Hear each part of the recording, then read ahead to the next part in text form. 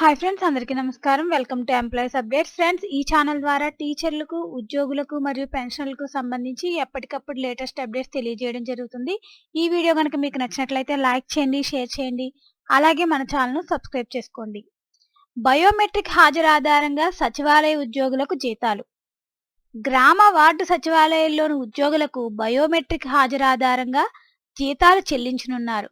2023 జనవరి నెలకు ఫిబ్రవరి 1న జీతాల చెల్లింపులకు సంబంధించి సచివాలయ శాఖ జిల్లాలకు మార్గదర్శకాలు పంపింది.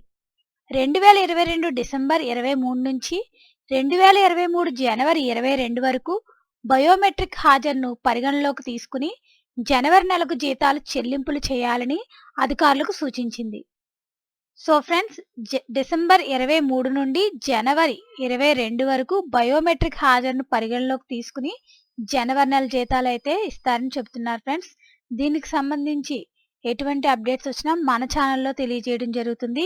ఈ వీడియో కనుక మీకు నచ్చినట్లయితే లైక్ చేయండి, షేర్ చేయండి.